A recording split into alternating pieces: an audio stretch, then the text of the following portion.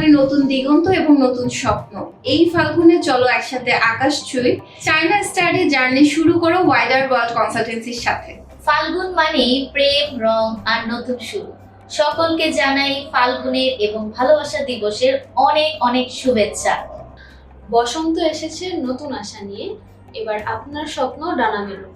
থাকবেন এই পহেলা ফাল্গুনে আমাদের সাথে ওয়াইডার ওয়ার্ল্ড কনসালটেন্সি। সবাইকে ফাল্গুনের শুভেচ্ছা।